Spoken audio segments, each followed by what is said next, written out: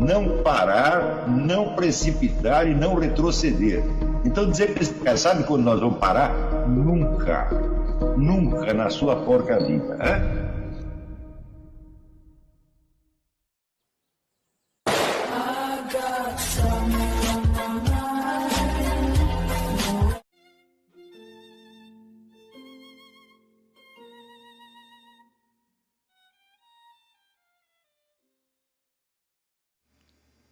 E aí pessoal, tranquilo? Então vem aqui antes do vídeo começar, pedir para vocês se inscreverem, quem não for inscrito, compartilhar, curtir, comentar. Quem puder seja membro do canal, que isso ajuda bastante. Tem também o link do Apoia-se. Quem puder ajudar nosso canal e apoiar financeiramente vai ser muito bem-vindo. Mas o mais importante é transmitir o conteúdo e os conhecimentos do professor Olavo de Carvalho para mais e mais brasileiros. Então compartilhe e ajude aí nossa causa. Muito obrigado a todos os membros, apoiadores do canal. Fico muito feliz. Tenho certeza que a gente está no caminho certo. Então fiquem com o vídeo e até mais. Valeu! Então, o estudante brasileiro não tem muita ideia dessas coisas.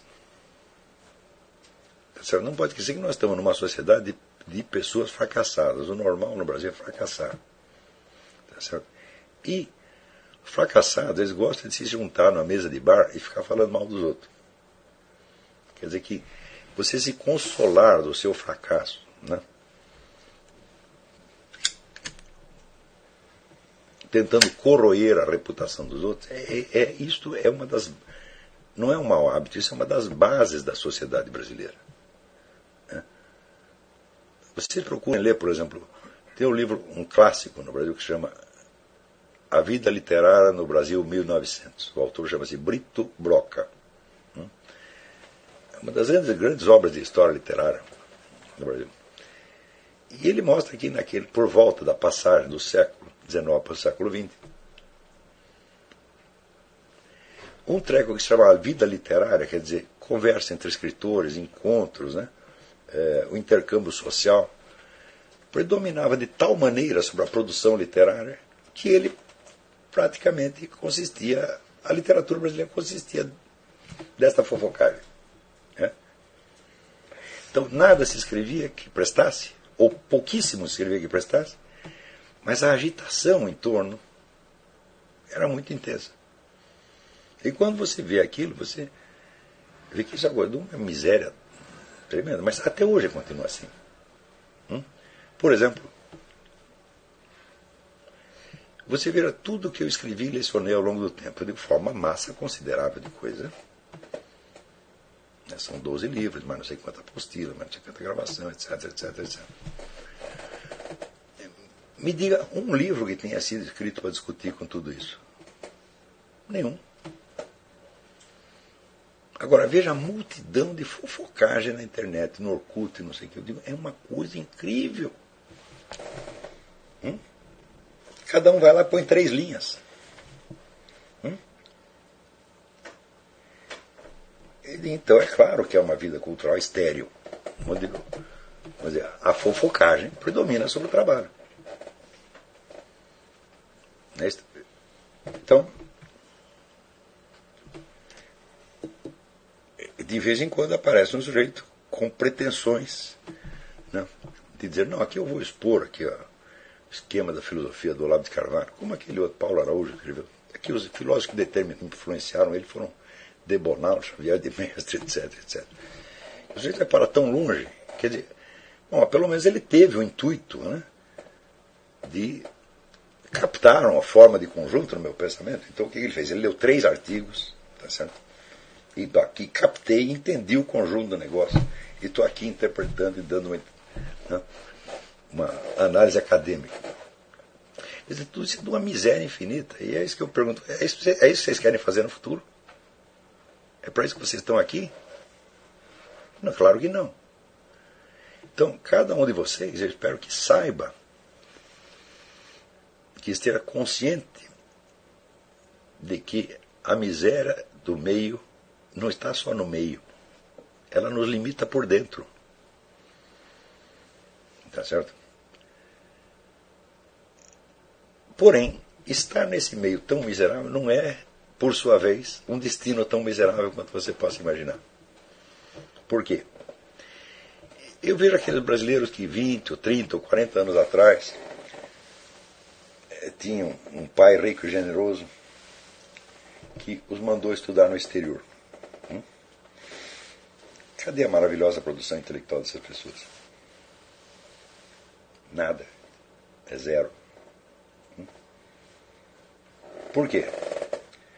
Porque o indivíduo sai desse favelão chamado Brasil e vem aqui para os Estados Unidos, ou vai para a Alemanha, ou vai para a Inglaterra, e ele encontra um ambiente intelectual, acadêmico, decente, organizado, arrumadinho. Ele fica deslumbrado com aquilo e ele se integra naquele negócio. E aquilo é extremamente confortável. Acontece que tudo que ele vai aprender ali não responde em nada às questões existenciais brasileiras. Então ele as esquece. Ele compra outros problemas, que são problemas característicos deste meio aqui, americano, ou inglês, ou italiano, qualquer coisa. Né? E ele se adapta àquele meio e desenvolve uma atividade acadêmica medíocre, mas aceitável para os padrões do lugar. E isso é tudo. Ele pode até depois voltar para o Brasil, carregando o seu título de PhD embaixo das costas e arruma um emprego numa universidade medíocre, né? Onde ele vai ter uma fama de gênio, como Roberto Mangabeira Unger, que é uma besta quadrada. Né? Eu digo, o Roberto Mangabeira Unger, em matéria de pensamento político, ele é semi-analfabeto. Ele não entendeu nada de nenhum assunto político que ele abordou. A começar, vamos dizer, o único livro dele que tem algum contato com a realidade é o primeiro, que se chama Conhecimento em Política. E mesmo assim, ele não chegou a ser inteligente o bastante para perceber a diferença entre, vamos dizer, a ideologia liberal e o regime econômico capitalista. Ele acha que são a mesma coisa. Quer dizer, o cara não distingue ideias e fatos. Quer dizer, ele está fazendo uma análise de autores liberais e ele aplica as conclusões ao capitalismo como tal. Eu falei, mas espera aí, mas tem um abismo de diferença. Se você não sabe a diferença de ideia e realidade, e o que ele está querendo ensinar? Então, você vê que o destino grotesco, ridículo desse sujeito no Brasil foi inteiramente merecido. Quer dizer, ele começa proclamando que este é o governo mais corrupto da história do Brasil, e no dia seguinte aceita lá um cargo dizendo, foi injusto, não era bem assim. Justamente na hora que tem as provas todas do mensalão, ele descobriu que o governo não era tão corrupto quanto ele tinha dito. Quer dizer, é claro que é um personagem de circo. Né? Então, é isto o máximo que você consegue. Portanto, o fato de muitos de vocês estarem aí dentro desse meio compressivo, deprimente, né, mais do que deserto, né? Deserto pelo menos não acontece nada, mas aí acontece coisa que só leva você para trás. Né? Você não tem estímulo nenhum para estudar, ao contrário, você é cada vez mais empurrado para baixo, para baixo, para baixo, para baixo. Existe alguma vantagem nisso. Vocês podem desenvolver uma resistência que um estudante médio americano ou europeu não tem, e que aquele brasileiro transplantado para cá na juventude perde no primeiro mês. Nesse sentido, eu acho que vocês devem estudar, dizer, as vidas daqueles brasileiros que produziram alguns dos produtos mais dignos da nossa alta cultura e que foram a vida toda vítimas desse ambiente compressivo. Um deles é Lima Barreto. Quando você vê a vida de Lima Barreto, eu digo, mas aquilo é só desprezo, isolamento, né? Discriminação, boicote, falta de chance, e no entanto o sujeito escrevia os livros que era bem melhor do que tudo que os seus coetâneos estavam fazendo. Eu digo para estudar essas coisas porque de certo modo essa é a sua vida. É isso que vai acontecer para você.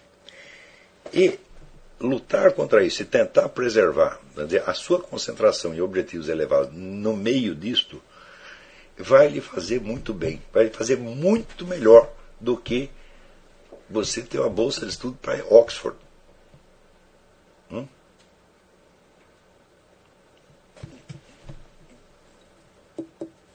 Veja, pelo fato de você viver no Brasil, você está tendo acesso a algumas das experiências mais deprimentes e terrificantes que um ser humano pode passar no que diz respeito ao seu desenvolvimento espiritual. Só que essas possibilidades que existem no Brasil, elas estão se espalhando pelo mundo. Lentamente, você vê certos sintomas de degradação extrema, que antes você só via no Brasil, aparecerem aqui nos Estados Unidos, na Inglaterra. Só que acontece o seguinte, os americanos e ingleses são totalmente indefesos ante essas coisas. 100% indefesos. Justamente porque foram acostumados com outro patamar, você está entendendo, de educação, de alta cultura, etc, etc. Até de educação doméstica. Então, existem certas manifestações da degradação humana que são invisíveis a um americano ou europeu. Ele não percebe aquilo porque ele está fora da possibilidade dele. Quando eu contei aqui para alguns americanos a história do Lula com as cabritas e com o personagem, o companheiro de cela que ele diz que estuprou, os americanos não entendiam nos primeiros momentos. Porque aqui o máximo que aconteceu foi o Bill Clinton com a Mônica Lewinsky. Agora, cabritas, meu filho, jumentas. É evidente que qualquer pessoa aqui que tem uma relação com a jumenta ou com a cabrita, mesmo na infância, será imediatamente submetida a tratamento psiquiátrico. A família vai ficar alarmada, vai dizer, esse menino está louco. E quando o Lula deu aquela entrevista, né, dizendo, que bom, antigamente nós tínhamos mais liberdade, nós podíamos comer cabritas e jumentas. Então ele está, vamos dizer, proclamando que numa certa área do Brasil, pelo menos, vamos dizer, a loucura, o sintoma psicopatológico era admitido como normal. Isso aí não tem jeito de você meter na cabeça do europeu ou do americano. Ele nunca vai entender isso aí. O dia que ele entender isso, ele terá se rebaixado, ele terá admitido essa hipótese. Agora, se você admite como hipótese viável ter relações com jumentos e cabritas, por que você não há de estuprar um ser humano? Já é um upgrade, né? Veja, o sujeito que comia cabritas, agora ele está comendo gente. Não é um upgrade, ele está mais próximo da normalidade do que estava antes.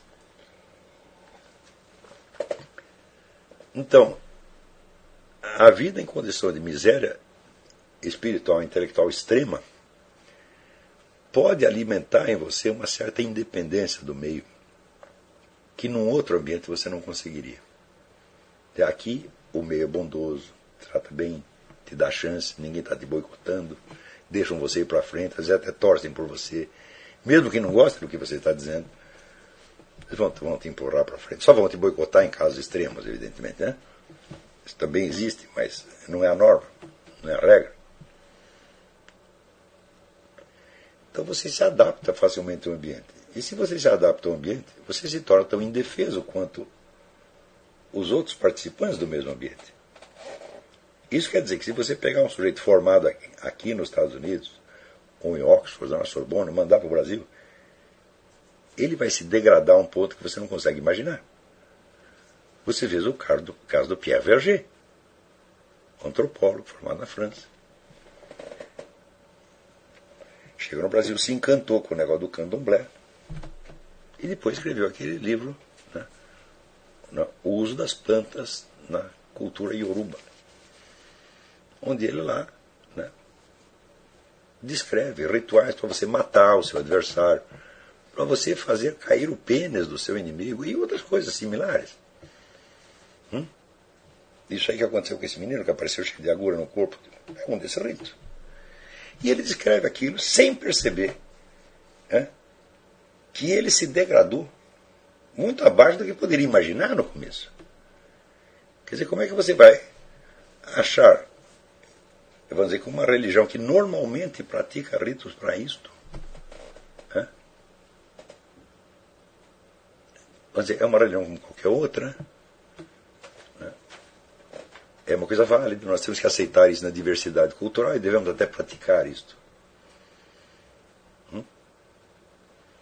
Porque se você admite que aquele ritual tem uma eficácia, e você o pratica, então você é obviamente um assassino. Se o rito tem uma eficácia material, ele mata efetivamente a pessoa. Se você pode provar que tem essa eficácia, então, e você pratica, então você é um assassino. E se não tem eficácia nenhuma, então você está enganando todo mundo. Você é um charlatão. Quer dizer, não há terceira alternativa. E o sujeito escreve isto.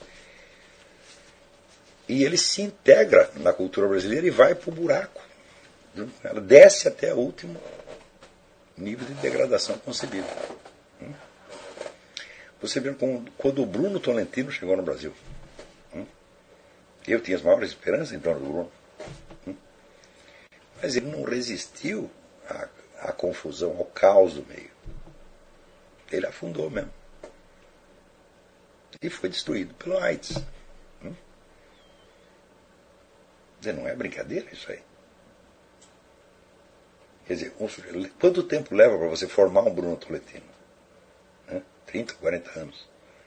O Bruno teve a melhor formação possível e as melhores companhias possíveis. Eu considero, vamos dizer, que o círculo de amizade com pessoas capacitadas é até mais importante do que a formação acadêmica. O que o Bruno aprendeu, ele aprendeu na convivência com os grandes poetas, grandes críticos da época. Muito mais do que em qualquer curso universitário, é óbvio.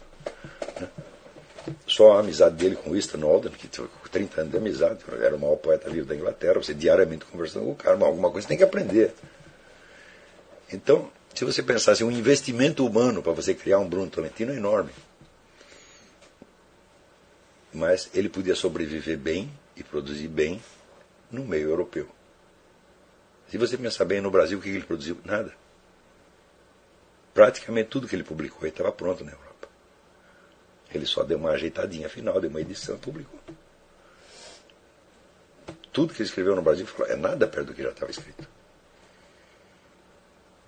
Então o Bruno voltou ao Brasil para morrer. E note bem, o Bruno era um gênio assombroso. Agora, você tem que pensar, o que eu quero fazer? Eu tenho uma missão com esse país, porque eu estou vendo que isso aqui está degradando abaixo do que a gente esperava. E nós temos que criar uma coisa melhor para a geração seguinte, esta é a nossa missão. Ou ao contrário, eu estou apenas me sentindo desconfortável aqui e quero uma coisa melhor para mim. Se este é realmente o seu problema, então você está realmente fora da vida intelectual. Porque você está julgando a sua vida, a vida que você quer realizar, é apenas uma vida de conforto, não de realização. Claro, o conforto é preferível ao desconforto, isso eu não discuto. Porém, existe o critério de hierarquia, o critério de importância. A partir do momento que você entendeu que existe uma vocação e junto com ela uma certa missão a cumprir, esta missão tem que ser o critério de julgamento de tudo. Aquilo que favorece a missão é bom e o que desfavorece é ruim. Ora, a extrema miséria pode desfavorecer. Mas o conforto, o bem-estar também pode desfavorecer. Portanto, tudo isso é muito relativo. Tá certo? Então, eu olhando a minha própria vida, eu não posso dizer que os momentos de maior conforto e segurança foram os de grande criatividade. Eu acho que não. Não foram. Alguns momentos de mais criatividade foram os mais miseráveis. Então, é claro que vocês estão num ambiente que nós podemos considerar humanamente compressivo, depressivo, né? Qual teria que ser a atitude a desenvolver dentro disso? Eu vou ler um texto aqui para vocês. Tem o livro do Steinhardt. Né? De um livro maravilhoso que anos atrás eu recomendei ao Edson Oliveira, da Realizações, e que eu vejo que agora foi publicado, né, em tradução de um... Eu acho que o Eupídio é aluno desse seminário, não é? Eu acho que ele é. Ele pelo menos foi meu aluno durante muitos anos. Do Eupídio e da esposa dele, a Cristina Manesco. né? A Qual Romena. Isso aqui é uma obra-prima da literatura romena, um dos grandes livros, chama-se O Diário da Felicidade. E o autor Nikolai Steinhardt. Nikolai Steinhardt era um judeu que era um inimigo do regime Ceausescu, porque ele fez alguma coisa e foi para a cadeia por motivos políticos. Ficou 12 anos, sofreu torturas horríveis. E na cadeia ele se converteu ao cristianismo e morreu como monge ortodoxo. E escreveu esse livro contando a experiência dele na prisão e dando esse título quase paradoxal, quase escandaloso, de Diário da Felicidade. Então, até aqui na contracapa, o Edson escolheu muito bem escolhido um trecho central, onde ele diz o seguinte: entrei cego na prisão e saio com os olhos abertos. Entrei mimado, luxento, saio curado de caprichos, afetações, presunções. Entrei insatisfeito, saio conhecendo a felicidade. Entrei nervoso, impaciente, ultrassensível a bobagens, saio sereno. E assim por diante, né? Então, aqui, no primeiro capítulo aqui, ele dá alguns conselhos que eu vou ler resumidamente para vocês, não vou ler inteiro, vou ler brevemente e comentar. O capítulo chama-se 3 Soluções. Ele diz: para sair de um universo cerrado, e não é necessário de modo algum que seja um campo de concentração, prisão ou uma outra forma de encarceramento, pois a teoria se aplica a qualquer tipo de produto do totalitarismo, ou seja, aplica-se à sua situação brasileira também. Diz ele que existe, para sair desse caminho, existe, em primeiro lugar, a solução da fé. Mas a fé, você não tem porque quer, a fé é um dom divino. Então, não é disso que ele está falando. Ele está falando de soluções humanas, quer dizer, coisas que você, por sua própria iniciativa, pode buscar. Quer dizer, você está dentro de uma situação compressiva, ou por estar no campo de concentração, ou por estar na cadeia, ou por estar, vamos dizer, num ambiente espiritualmente deprimente, como o Brasil. Como é que você faz? Então diz ele: primeira solução, a de Solzhenitsyn. Em O Primeiro Círculo, Alexander Isaevich a menciona rapidamente, voltando a ela no primeiro volume do Arquipélago Gulag. Essa solução consta, para quem passa pelo limiar da Securitate é a polícia secreta, KGB romena, ou qualquer outro órgão análogo de inquérito, em dizer a si mesmo com decisão: neste exato instante morro mesmo. Permite-se-lhe dizer a si próprio, consolando-se: pobre da minha juventude, ou pobre da minha velhice, da minha esposa, dos meus filhos, de mim, do talento, ou dos bens, ou de minhas forças, de minha amada, dos vinhos que já não beberei, dos livros que já não lerei, dos passeios que já não farei, da música que já não ouvirei, etc. Mas algo é seguro e irreparável: doravante sou um homem morto. Se pensar assim, sem hesitação, o indivíduo está salvo. Já não se pode fazer nada contra ele. Já não tem nada com que possa ser ameaçado, chantageado, iludido, enganado. Assim por diante. Né? Então, você desistiu de tudo. Segunda solução, a de Alexander Zinoviev. É encontrada por um dos personagens do livro As Alturas Ocas. Esse é um livro absolutamente fantástico. O personagem é um jovem apresentado com o apelido alegórico de O Rebelde. A solução reside na total inadaptação ao sistema. O rebelde não tem domicílio certo, não tem documentos, não está no mercado de trabalho. É um vagabundo, um parasita, um pobretão e vadio. Vive de hoje para amanhã, do que se lhe dá, do que aparece, de bagatelas. É maltrapilho. Trabalha ao acaso, às vezes, quando e se aparece uma oportunidade. Passa a maior parte do tempo em prisões ou campos de trabalho forçado, dorme em qualquer lugar, vagabundeia.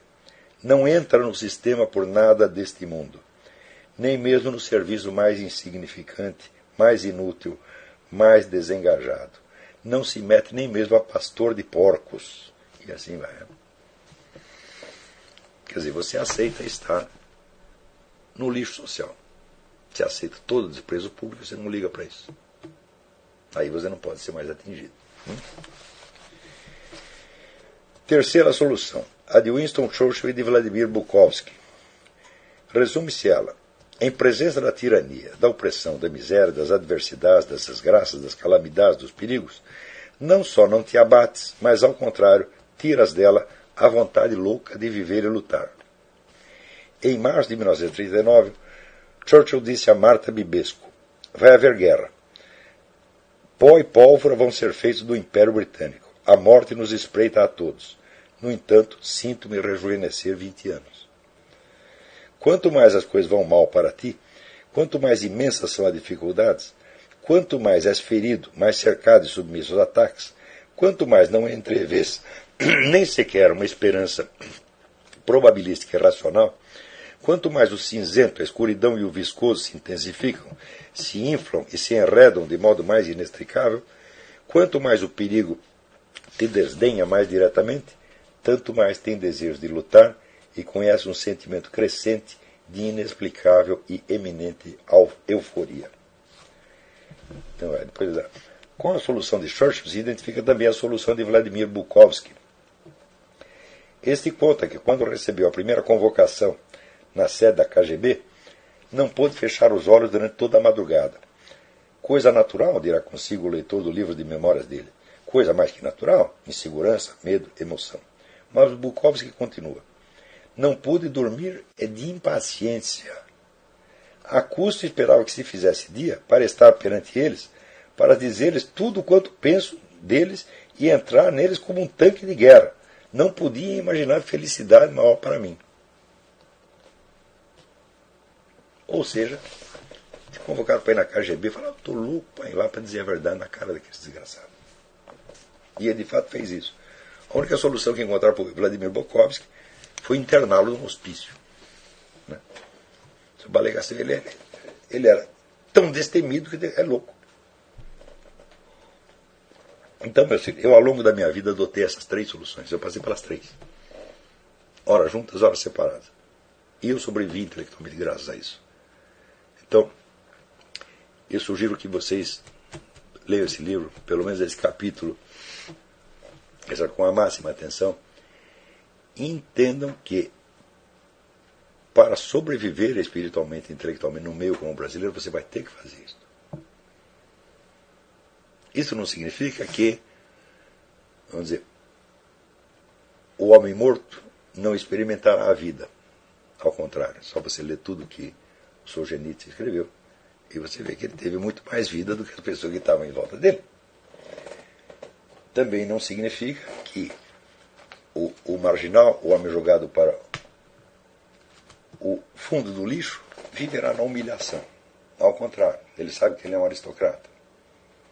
Ele sabe que ele despreza aquele meio. Ele sabe que ele não está lá por incapacidade, mas por excesso de capacidade. Então, eu sugiro que vocês assistam o filme da vida do Miyamoto Musashi, o samurai, né? Em que, no terceiro capítulo, ele já perdeu todas as ilusões até com a condição de samurai, né? Em que ele já não quer mais duelar com ninguém, porque não tem graça, ele mata todo mundo. Né? Num dos capítulos anteriores, duelou com 72 pessoas, matou 72, né? Então, ele está querendo algo mais, ele está agora com preocupações morais, ele quer ser uma pessoa melhor. Então, ele vai para o fundo da sociedade. Ele vai viver como um camponês, numa terra sem dono. Ele pega uma pedra de terra, começa a plantar arroz, feijão, e vive ali no fundo do buraco. E, ao mesmo tempo, o maior espadachim vivo, além dele, né, que é um cara importante, é um instrutor de príncipes, etc. O sonho da vida dele é duelar com o Miyamoto Musashi. O Miyamoto Musashi não está nem ali. Ele adia, cada vez que eu desafio ele para um duelo, ele adia, manda uma cartinha, fala: não, vou fazer o ano que vem. Até que no fim não dá para escapar mais, daí ele vai lá e duela e mata o sujeito. Né? Então, o Miyamoto Musashi, ele adotou as três soluções. Primeiro, ele não conta mais com a vida. Quer dizer, ele vence os duelos porque ele se considera morto. Ele não defende a própria vida. Né? Segundo, ele se lança propositadamente para o grau mais baixo da sociedade, para não precisar, vamos dizer, para não ser mais acessível à lisonja, à chantagem, etc. Né? E terceiro, quando a situação engrossa, o que ele faz? Ele ataca. Foi quando, no segundo capítulo da história, uma academia inteira o desafia para um duelo, e ele vai lá e destrói a academia inteira. Né?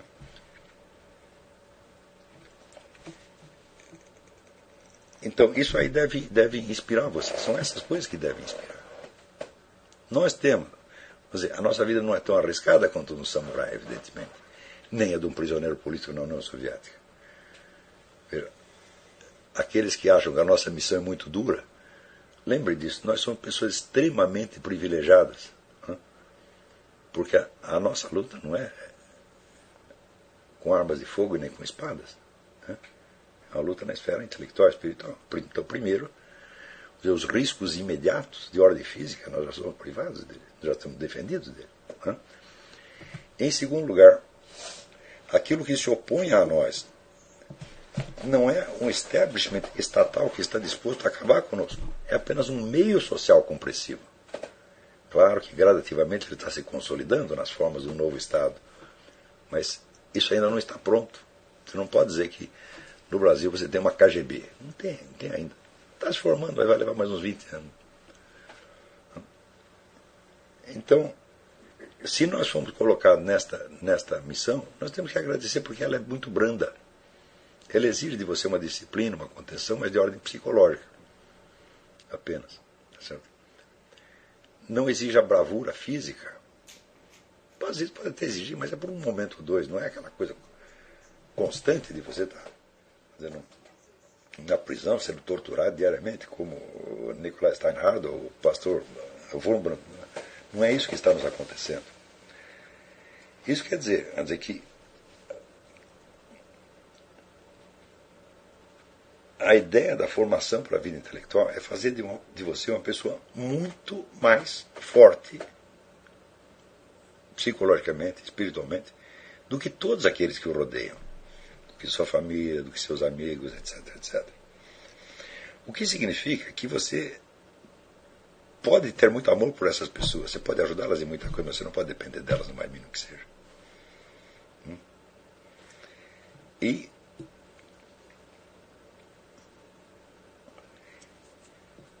se aparecerem pessoas até querendo te ajudar nos seus estudos, bom, você pode aceitar a ajuda. Desde que você tiver a firme disposição, né, de que essa pessoa não vai ter autoridade nenhuma sobre você. Senão você está lascado.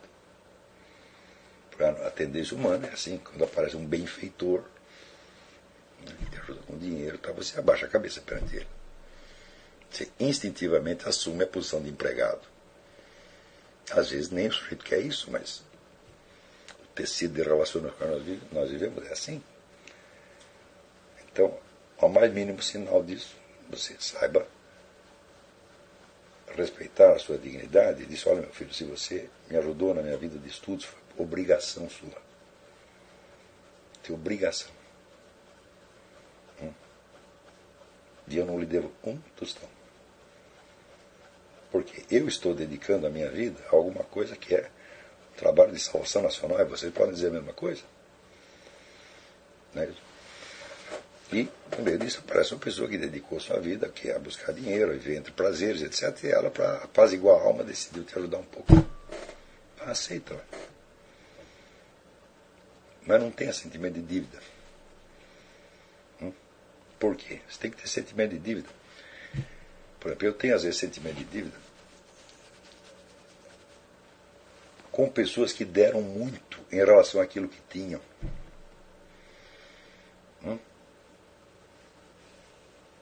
Por exemplo, aqui está sentada a Isabela, a Alessandra. São pessoas que não têm recursos, não têm tempo, não têm energia sobrando, e estão dando tudo. Então, elas estão dando mais do que tem.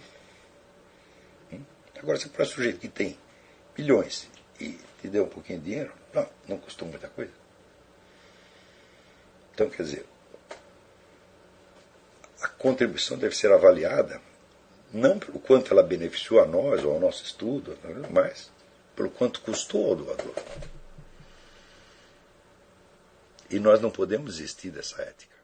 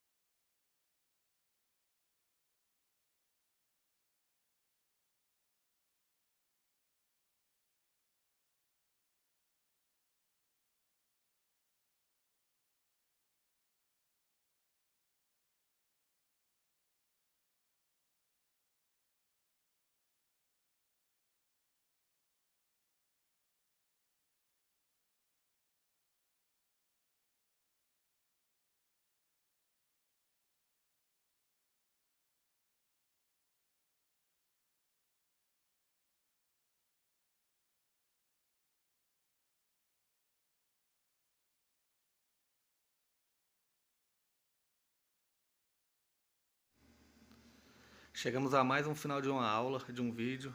Espero que tenham gostado. Quem não se inscreveu ainda, se inscreva, compartilhe, comente. Ajude o nosso canal, apoie, seja membro. E ajude o nosso canal a chegar a cada dia a mais brasileiros que precisam muito do conhecimento do professor Olavo de Carvalho. Então é isso aí, fique com Deus, até o próximo. Valeu! Então é isso aí, pessoal. Que é o nosso canal. Que são alguns livros que eu já li. A maioria foi doação, mas alguns eu adquiri, professor Olavo de Carvalho. Alguns livros se perderam aí que eu emprestei, professor Alexandre Costa, a Bíblia Sagrada. 10 lições sobre Karl Marx. Indico a não ler esse livro, que é muito ruim mesmo. Alguns pensadores aqui que realmente, como o professor Olavo de Carvalho disse, não são pensadores. Valeu, tamo junto aí. Apoie nosso canal, seja membro.